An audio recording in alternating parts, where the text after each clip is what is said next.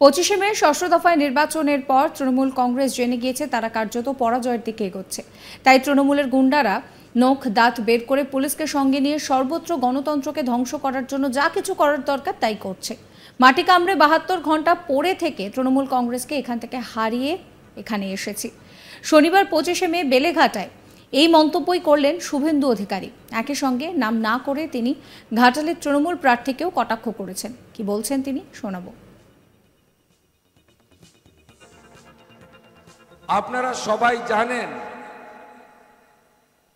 যে ষষ্ঠ দফার নির্বাচন আজকে শেষ হয়ে গেল। তৃণমূল কংগ্রেস জেনে গেছে এই নির্বাচনে তারা কার্যত পরাজয়ের দিকে এগিয়ে যাচ্ছে। আজকে দাঁত নখ বের করে তৃণমূল কংগ্রেসের গুন্ডারা পুলিশকে সাথে নিয়ে সর্বত্র গণতন্ত্রকে ধ্বংস করার জন্য যা যা করার চেষ্টা করেছে। তাহলে কি আপনি ভাবছেন যে আমরা হেরে যাব? না, আমরা মাটি কামড়ে গত 72 ঘন্টা পড়ে থেকে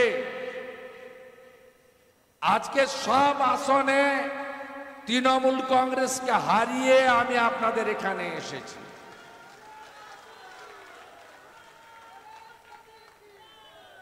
আপনি ওদের প্রার্থীদের কান্নাকাটি দেখছিলেন না?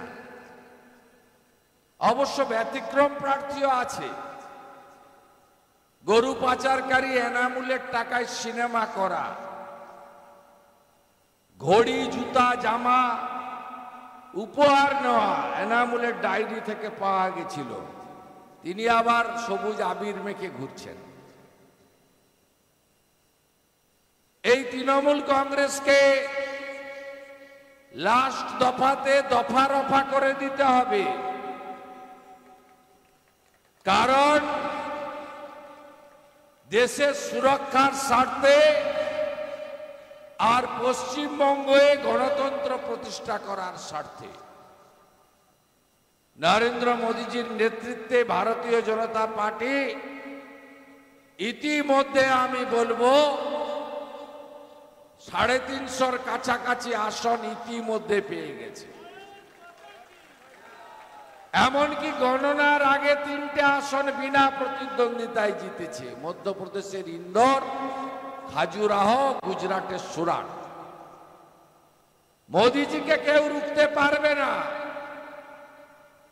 তাহলে কেন সুদীপ বন্দ্যোপাধ্যায়কে আপনারা এখান থেকে পাঠাবেন?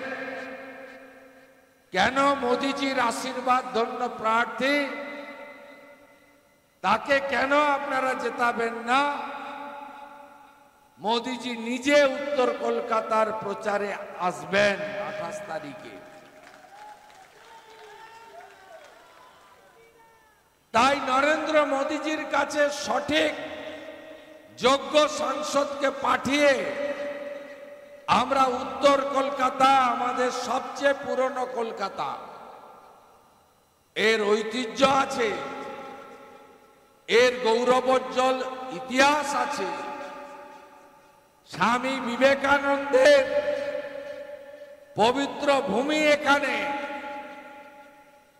এখানে বাংলা বাঙালি যাদের দ্বারা পরিচিত হয়েছে গোটা পৃথিবীতে, তাদের কারোর জন্মভূমি, কারোর কর্মভূমি এই উত্তর কলকাতা। এই উত্তর কলকাতা থেকে রাষ্ট্রবাদী নেশন ফার্স্ট মন্ত্রে দীক্ষিত পার্টির প্রতিনিধিকে পাঠাবো আমরা দিল্লিতে।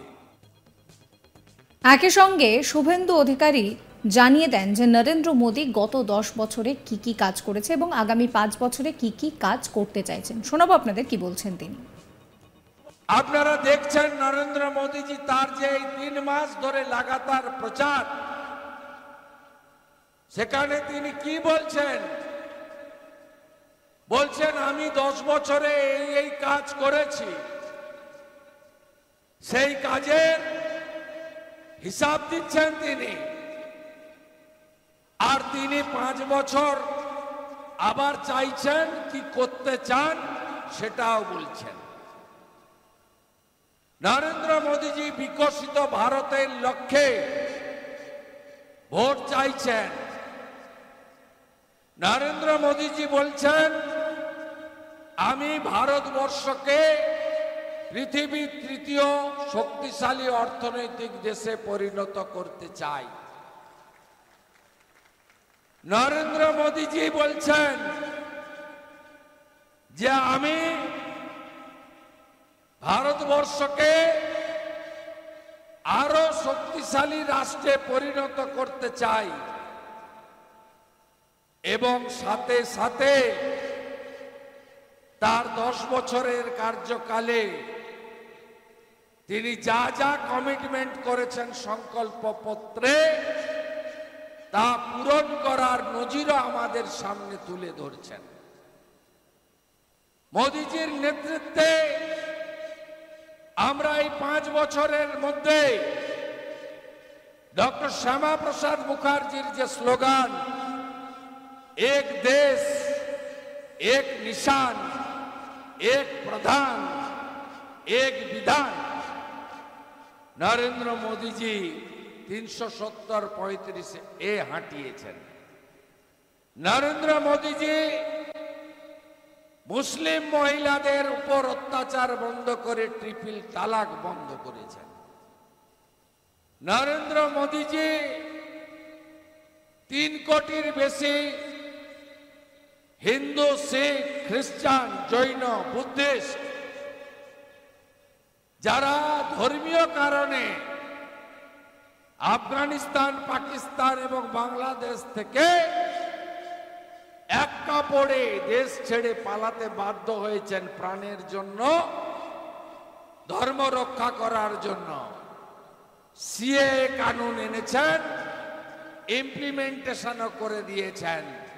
আর মমতা ব্যানার্জি সিটির মোড় থেকে শ্যামবাজার 5 মাথার মোড় হেঁটে আগুন লাগিয়েছিলেন।